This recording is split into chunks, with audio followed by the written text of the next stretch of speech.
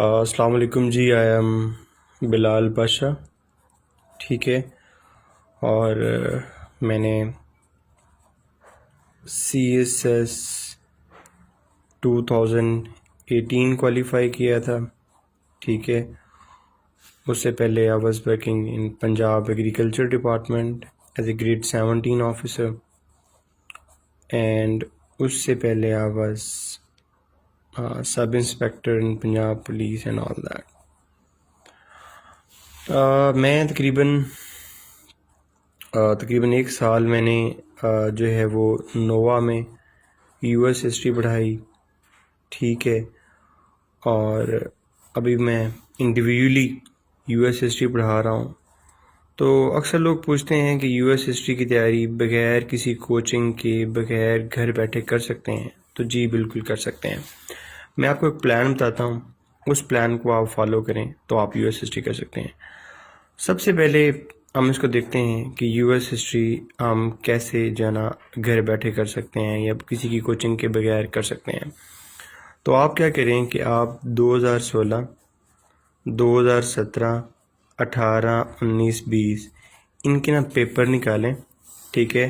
Paper निकाल के आप उनको पेपर्स को देखें, और पेपर्स को देखने के साथ आप एक काम करें, आप कोर्स निकालें US हिस्ट्री का, FPSC का सिलेबस निकालें। ठीक है। और FPSC का सिलेबस निकाल के उसमें से टॉपिक्स देखें। अब ब्रॉडर टॉपिक्स क्या होंगे? कॉलोनाइजेशन होगी कि US की कॉलोनाइजेशन कैसी हुई, उसके बाद US की इंडिपेंडेंस कैसे हुई। अच्छा, जब आप ब्रॉडर टॉपिक्स निकाल लेंगे तो आप इन टॉपिक्स में देखें कि यार ये US हिस्ट्री है और ये इसके पेपर्स हैं। इन पेपर्स में इन टॉपिक्स से रिगार्डिंग कौन सा क्वेश्चन पूछा गया है। मैं रिपीट करता हूँ, आप पेपर निकालें, उनमें से क्वेश्चंस देखें, उसके बाद FPSC का सिलेबस निकालें US हिस्ट्री का, और उसमें से टॉपिक्स देखें, और फिर उन टॉपिक्स में देखें कि किस साल कौन सा क्वेश्चन पूछा गया है अकॉर्डिंग टू द टॉपिक्स। अब टॉपिक्स बड़े लिमिटेड से हैं। मतलब सबसे पहले मैंने मैप की वीडियोस में भी समझाया कि अमेरिकन कॉन्टिनेंट जो है वो बिल्कुल डिफरेंट है। और मैं सम करता हूँ कि 1492 से पहले इस वाले पार्ट को पता ही नहीं था कि इधर कोई दुनिया आबाद है, और इस वाले पार्ट को नहीं पता था कि इधर कोई दुनिया आबाद है। तो फिर ऐसा क्या हुआ कि इधर वाले पार्ट को पता लगा कि यहाँ पे कोई दुनिया रहती है।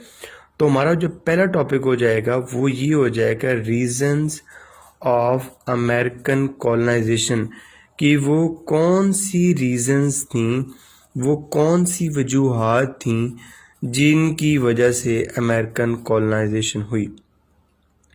उसके बाद इसके अंदर आपने जो मेजर इम्पोर्टेंट चीज़ देखनी है कॉलोनाइजेशन के अंदर, वो ये देखनी है कि कॉलोनाइजेशन स्पेन ने भी की, कॉलोनाइजेशन पोर्चुगल ने भी की, कॉलोनाइजेशन फ्रांस ने भी की, कॉलोनाइजेशन द नेदरलैंड ने भी की। लेकिन हमारे सिलेबस में भी यही दिया हुआ है, और मेजर फोकस भी आपने इसी पे करना है। आपने ये देखना है इन सब को छोड़ के कि how Britain colonise the US, कि ब्रिटेन की कॉलोनाइजेशन कैसे, ब्रिटेन ने कैसे अमेरिकन लैंड को कॉलोनाइज किया। ठीक है। उसके बाद आपने क्या करना है, उसके बाद आपने ये देखना है कि ब्रिटेन ने कॉलोनाइज कर लिया, ब्रिटेन ने 13 कॉलोनीज बनाई। अब ये 13 कॉलोनीज बनाई किसने थी? ब्रिटेन ने बनाई थी। और ये इन कॉलोनीज ब्रिटेन ने कहाँ पे बनाई? ब्रिटेन ने ये बनाई अमेरिकन वर्ल्ड में, न्यू कॉन्टिनेंट में, जो अभी डिस्कवर हुआ था, जिसकी अभी कॉलोनाइजेशन हुई थी। तो फिर इन 13 कॉलोनीज ने जो ब्रिटेन ने बनाई, उन्होंने US की कॉलोनीज ने, अमेरिकन कॉलोनीज ने ब्रिटेन की अगेंस्ट आज़ादी की जंग क्यों लड़ी? रेवोल्यूशन। इस रेवोल्यूशन में फिर मेजर हमारे हेड कौन से बन गए कि रेवोल्यूशन क्यों हुआ, मतलब कॉलोनीज जब थी ब्रिटेन की, तो ब्रिटेन की इन कॉलोनीज ने ब्रिटेन के अगेंस्ट ही, मतलब ब्रिटेन ने एस्टैब्लिश की और ब्रिटेन के अगेंस्ट ही ये रेवोल्यूशन क्यों हुआ, ये रेवोल्यूशन कैसे हुआ और उसके इम्पैक्ट क्या थे, ये करें। उसके बाद पेपर्स देखें, अब पेपर्स में देखेंगे टॉपिक क्या आया है, ठीक है।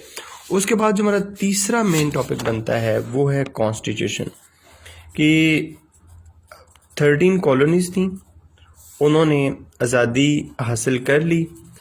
अब वो जो 13 कॉलोनीज हैं वो क्या बन गई, अब वो initially 13 states of United states of America बनी। क्योंकि अगर आप अमेरिका का मैप जो है ना वो फ्लैग देखते हैं ना, तो उसके फ्लैग में यहाँ पे स्टार्स हैं और 50 स्टार्स हैं, और यहाँ पे स्ट्रिप्स बनी हुई हैं, 13 स्ट्रिप्स हैं, स्ट्राइप्स। तो इनिशियली यहाँ पे स्टार्स भी 13 थे और स्ट्रिप्स भी 13 थी, कि एक स्टार का मतलब है एक स्टेट और एक स्ट्रिप का मतलब भी एक स्टेट था। लेकिन with the passage of time states हो गई 50, ठीक है, और तो स्टार्स आज 50 हैं, लेकिन स्ट्रिप्स जो हैं वो आज भी 13 हैं। And each strip mean each original colony, each original state of the United states of America. अब 13 कॉलोनी से 13 states of the United states of America बनी। अब देखो कि अब स्टेट्स मुल्क बन गया ना, अब मुल्क जाने के लिए क्या चाहिए, कॉन्स्टिट्यूशन चाहिए। तो आप देखो कि जो यूएस कॉन्स्टिट्यूशन है उसके अंदर कौन कौन सी चीज़ें हो सकती हैं। ओके ठीक है। तो यहाँ पे यूएस कॉन्स्टिट्यूशन हमारा तीसरा टॉपिक हो जाएगा, ठीक है। इसमें आप देखें कि कॉन्स्टिट्यूशन कैसे फ्रेम हुआ, उसके अंदर कौन कौन से प्रॉब्लम्स थे, और यहाँ पे दो जो है ना वो कॉन्स्टिट्यूशन जो मेन डिस्कस किए जाते हैं। एक आप देखें आर्टिकल्स ऑफ कन्फेडरेशन क्या था, ठीक है, और फिर आर्टिकल्स ऑफ कन्फेडरेशन के अंदर कौन से मसाइल थे, इसके अंदर कौन से इश्यूज थे कि यूएस को एक नया कॉन्स्टिट्यूशन साइन करना पड़ा। और जब वो नया कॉन्स्टिट्यूशन साइन हो रहा था उसमें दो प्लान्स थे, एक न्यू जर्सी प्लान था, एक वर्जीनिया प्लान था, ठीक है। इन प्लान्स की खूबियाँ क्या थीं और इन प्लान्स की बेस पे जो बाद में रजीम बने हैं, फेडरलिस्ट रजीम और एंटी फेडरलिस्ट रजीम, वो क्या थे, ठीक है। मतलब अब हमारा तीसरा हेड हो जाएगा कॉन्स्टिट्यूशन, और इसके अंदर आपने सारी कॉन्स्टिट्यूशन की डिबेट देखनी है। तो आप यहाँ पे कॉन्स्टिट्यूशन जो है ना वो हमारा तीसरा टॉपिक हो जाएगा, ठीक है। अच्छा, अब हमने अगला टॉपिक क्या करना है कि कॉन्स्टिट्यूशन भी बन गया, अब उनकी गवर्नमेंट देखनी है, ठीक है। अब उनकी गवर्नमेंट का थोड़ा सा स्ट्रक्चर देख लें आप, ठीक है। आप गवर्नमेंट में देखें कि उनकी लेजिस्लेचर कैसे काम करती है, उनकी एग्जेक्टिव कैसे काम करती है, और उनकी जुडिशरी कैसे काम करती है, और इन तीनों का आपस में system of checks and balances क्या है, ठीक हो गया। उसके बाद हमारा अगला टॉपिक जो है वो आप ये देखें कि इनकी 1812 में कुछ रीजंस की वजह से यूके के साथ दोबारा वॉर हो जाती है, आप उसको देखें। और वॉर को कभी भी डिटेल में ना देखें, आप बस ये देखें कि जंग क्यों हुई, और जंग थोड़ी सी देखें कैसे हुई, और उसके देखें इम्पैक्ट क्या थे। उस इम्पैक्ट से आप कनेक्ट करके ले आएँ 1820 के मिजूरी कंप्रोमाइज़ पे, ठीक है। ये देखें कि ये मिजूरी कंप्रोमाइज़ का देखें कि इसका बैकग्राउंड क्या था, ठीक है, और इसमें क्या क्यों ये कंप्रोमाइज़ किया गया, और इस कंप्रोमाइज़ के क्या इम्पैक्ट हुए। फिर आप देखें कि अमेरिका थोड़ा सा पावरफुल होता है, तो 1823 में अमेरिका अपने आप को पूरी दुनिया से जो है ना वो अलग कर लेता है। मॉन्रो डॉक्ट्रिन आप देखें, ठीक है, मॉन्रो डॉक्ट्रिन की क्यों ज़रूरत पेश पड़ी, इसका बैकग्राउंड देखें, ठीक है। और अगेन ये देखें कि इसके अंदर कौन कौन से इस मॉन्रो डॉक्ट्रिन के सेलिएंट फीचर्स थे। उसके बाद अगर आप अमेरिका को देखते हैं तो मैंने आपको स्टार्ट में बताया है कि अमेरिका तो सिर्फ यहाँ पे 13 स्टेट्स पे मुश्तमिल था। अमेरिका की सिर्फ यहाँ पे 13 स्टेट्स थी। तो अमेरिका ने इधर, अब देखें ये ईस्ट है और ये वेस्ट है, तो आप देखें कि अमेरिका ने यहाँ पे वेस्टवर्ड एक्सपेंशन कैसे की। ठीक है, आप उसके अंदर देखें कि ये फ्लोरिडा कैसे अनेक्स किया, लुइसियाना कैसे परचेज़ किया, टेक्सास को कैसे अनेक्स किया, यहाँ पे कैलिफोर्निया के साथ कैसे डील किया, और ओरिगॉन ट्रीटी को कैसे डील किया, और मैक्सिको के साथ कैसे जंग लड़ी। तो हमारा जो चौथा या पांचवा मेन टॉपिक हो जाएगा वो हो जाएगा वेस्टवर्ड एक्सपेंशन। उसके बाद जब वेस्टवर्ड एक्सपेंशन के ही सिनेरियो में एक रजीम आता है कि उस रजीम में इनके झगड़े शुरू हो जाते हैं विदिन स्टेट। अमेरिका के अंदर ही प्रॉब्लम शुरू हो जाते हैं कि उसमें कुछ स्टेट्स हो जाती हैं वो साउथ की स्टेट्स होती हैं और कुछ स्टेट्स होती हैं नॉर्थ की स्टेट्स होती हैं, उनके दरमियान काफ़ी सारे प्रॉब्लम्स होते हैं। तो उन प्रॉब्लम्स को, वो प्रॉब्लम्स नॉर्थ और साउथ की स्टेट्स के प्रॉब्लम्स, इनको लेके जाते हैं सिविल वॉर तक। ठीक है, तो इस सिविल वॉर में आप देखेंगे ये सिविल वॉर क्यों हुई, ठीक है, ये कैसे हुई और इसके इम्पैक्ट क्या है। सिविल वॉर के फ़ौरन बाद आपने देखना है एक टॉपिक आता है कि सिविल वॉर के दौरान इनकी जो इंटरनल स्टेट थी वो बुरे तरीके से डिस्टर्ब हो गई थी। ठीक है, आप उसके बाद देखें कि जब वो डिस्टर्ब हो जाती है, जब इनका स्ट्रक्चर स्टेट का डिस्टर्ब हो जाता है, तो यहाँ पे उन्होंने दोबारा उसको रीबिल्ड कैसे किया।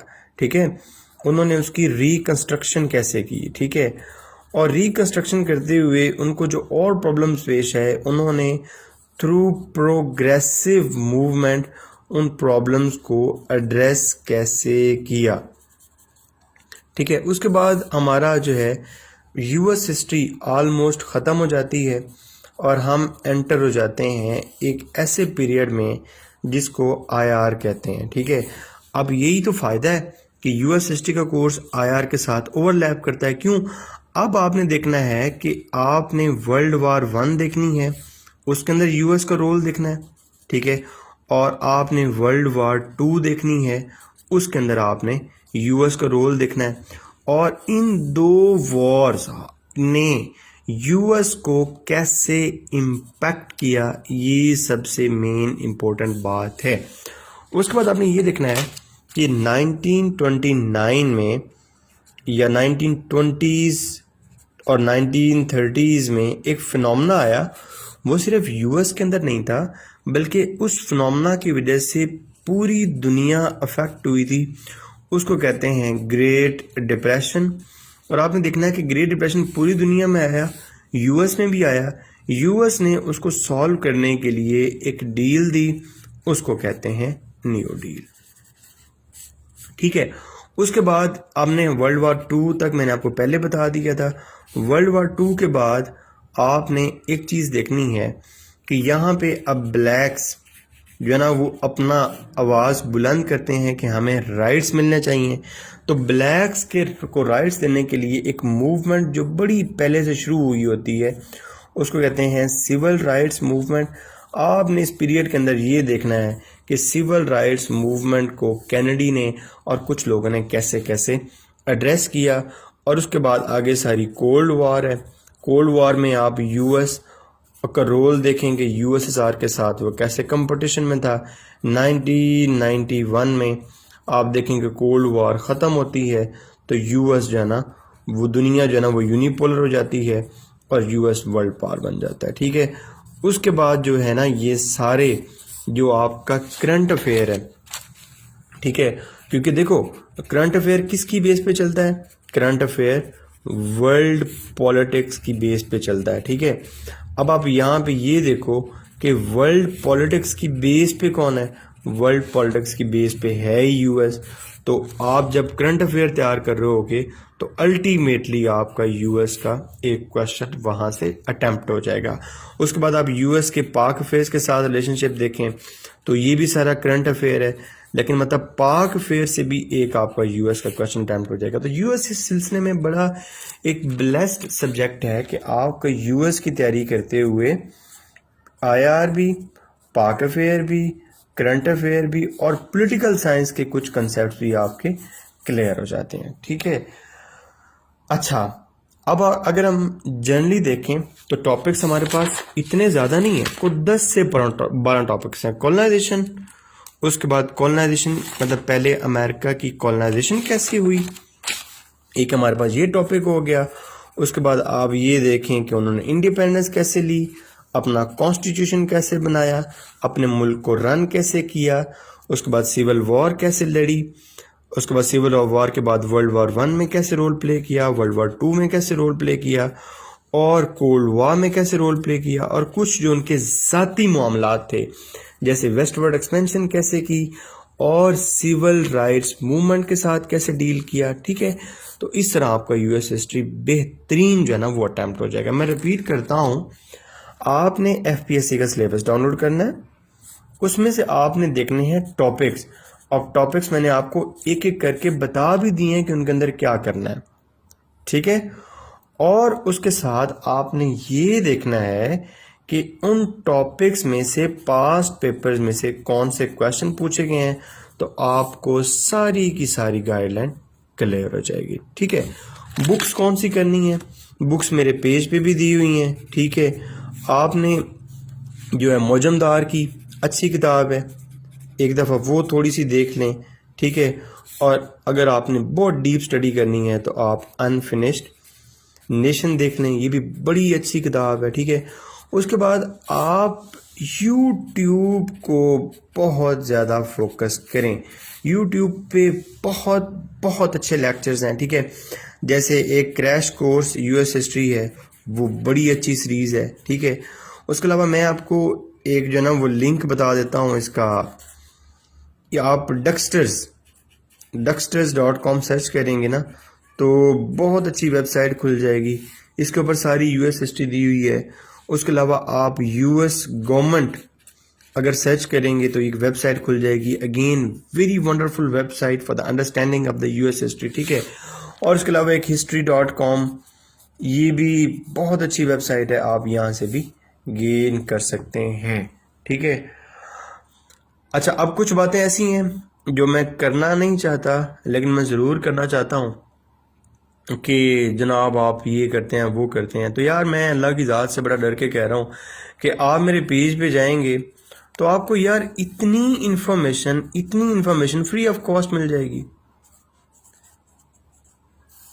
तो मुझे उसमें क्या बेनिफिट है, वो आपके बेनिफिट के लिए। रिगार्डिंग मेरा है तो यार मैं 8 क्लासेस लेता हूँ। ठीक है, और हमारी एक क्लास जो है ना वो 3 घंटे की होती है, और इसमें हमारे 24 जो है ना वो वर्किंग आवर्स होते हैं। और मैं अल्लाह की ज़ात से डर के कह रहा हूँ कि इतना वर्किंग आवर्स या इतने क्रेडिट आवर्स एक सब्जेक्ट के कोई भी नहीं पढ़ाता।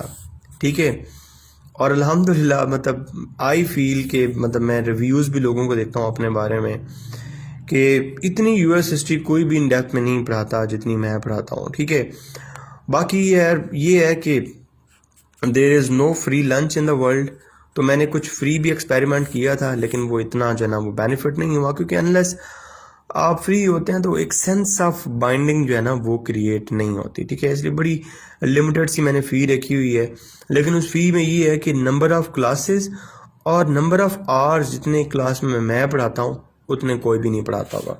और आखिरी बात ये है कि मैंने भी सारी तैयारी खुद ही धक्के खा के की थी, तो आप इस प्लान को फॉलो करें। मैं रिपीट करता हूँ, एफपीएससी का सिलेबस देखें, उसमें टॉपिक्स देखें, पास्ट पेपर्स देखें, और उसमें ये देखें कि इन पास्ट पेपर्स ये किन किन टॉपिक से पूछे गए हैं। वेबसाइट्स को कंसल्ट करें, बुक नहीं भी ले सकते कोई बात नहीं, खुदा की कसम वेबसाइट्स को कंसल्ट करें, यूट्यूब को कंसल्ट करें, आप घर बैठ के भी जो है ना वो कर सकते हैं। रिगार्डिंग अगर मुझे ज्वाइन करना है तो इंशाल्लाह हमारा सितंबर के लास्ट में एक बैच स्टार्ट होगा, आप उसको ज्वाइन करें, और वो तो इंशाल्लाह मेरी जिम्मेदारी है, मैं आपको करवा दूंगा। ठीक है, बाकी आखिरी बात यही है, घर बैठ के करना है तो जो भी सब्जेक्ट है उसका सिलेबस देखें, उसको टॉपिक वाइज डिराइव करें, मतलब उसको टॉपिक वाइज डिस्ट्रीब्यूट करें, और फिर पास्ट पेपर्स को देखें और पास्ट पेपर्स में से ये देखें कि किस साल इस टॉपिक में से कौन सा क्वेश्चन पूछा गया है। सारे पास्ट पेपर देखेंगे भी ना, 2015 में सिलेबस चेंज हो गया था तो आप 2016, 17, 18, 19 और 20 सिर्फ इन 5 सालों के पास्ट पेपर्स निकाल के इन टॉपिक्स वाइज देख लें, आप यकीन करें आप घर बैठ के भी तैयारी कर सकते हैं। ठीक है, बाकी wish you all the best, Allah ताला आपको बहुत बहुत कामयाब करे। ठीक है, और बाकी यार कभी भी जजमेंटल बंदे को नहीं होना चाहिए, तो मेरे लिए जो भी तुम कमेंट्स करते हो तो एटलीस्ट उनका, तो मैं अपने लिए नहीं कह रहा, जो भी बात करनी है ना पहले हमेशा उस बात का पूरा एनालिसिस करते हैं कि यार वो बंदा कितना टाइम देता है। और अगर जो अपनी मेरी क्लासेस हैं और मैं मतलब 8 क्लासेस लेता हूँ तो भाई कितने घंटे की क्लास लेता हूँ, और मैं ये अपलोड क्यों नहीं करता यूट्यूब पे कि यार 3 घंटे की क्लास मैं अपलोड कर दूँ तो वो टोटली ना यूजलेस हो जाएगा, और जब तक इंटरेक्शन ना हो तो इट वुड बी यूजलेस। तो wish you all the best and Allah हाफिज़।